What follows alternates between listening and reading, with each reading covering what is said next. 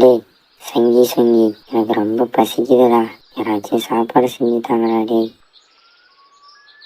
ஏய் மங்கி, எனக்கு சமைக்க தெரியாதுடா, ஸ்விங்கி தான்டா சமைப்பானே. டேய் ஸ்விங்கி, நீ சமைடா.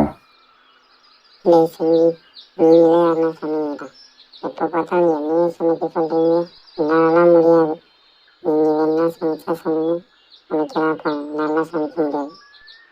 டேய் ஸ்விங்கி, உனக்கு தாண்டா கொஞ்சமாச்சு சமைக்க தெரியும், எங்களுக்கு சுத்தமாக தெரியாதுடா, நீயே சமைடா.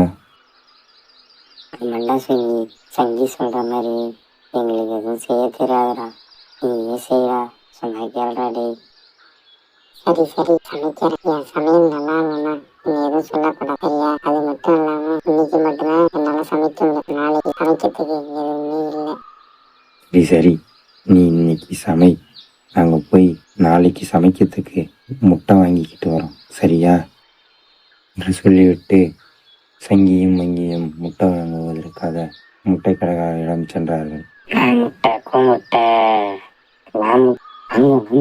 வாமுட்டை இருக்கு, கூமுட்டை இருக்கு, உங்களுக்கு எந்த முட்டை வேணும்? எந்த முட்டை வேணும்னாலும் வாங்கிக்கோங்க.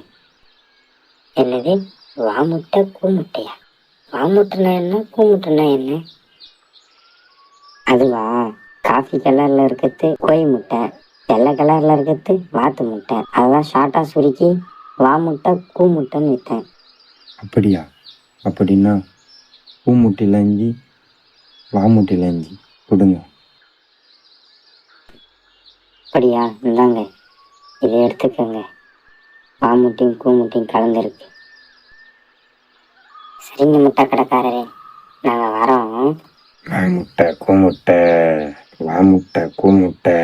சங்கியும் மங்கியும் முட்டையை வாங்கி கொண்டு வீட்டிற்கு சென்றார்கள். வீட்டுக்கு சென்றதும் அங்கு சுங்கி சமையலை செய்து தயாராக வைத்திருந்தனர். அதை பார்த்ததும், டே சுங்கி, பரவாயில்லடா, நாங்கள் வரத்துக்குள்ளே சமையலை செஞ்சு வச்சுட்ட போல, நீ சாப்பிட்டுட்டியா?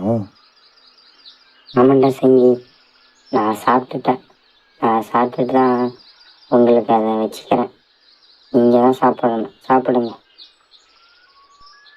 அப்படியா, இது எங்களுக்காக தானா? சரி நாங்கள் சாப்பிட்றோம் என்று சொல்லி சங்கியும் மங்கியும் சிறிது நேரம் சாப்பிட்டு கொண்டார்கள். அப்போது சங்கி, டே சுங்கி, என்னடா என்னைக்கு இல்லாமல் இன்னைக்கு ரொம்ப டேஸ்ட்டாக இருக்கு, அப்படி என்ன இன்னைக்கு ஸ்பெஷலாக சமைச்சேன்? அது ஒன்றும் இல்லைடா, நான் எப்பயும் போல குழம்பு வச்சுருந்தேன்னா நம்ம வீட்டில் இருந்த பல்லி ஒன்று குழம்புல விழுந்துருச்சு. அந்த பல்லி சாகணுன்றதையாக கொஞ்சம் விஷத்தை ஊற்றினேன், அதுதான் இன்னைக்கு டேஸ்ட்டாக இருக்கு போல. அப்படியா, அதில் இன்னும் கொஞ்சம் ஊற்றி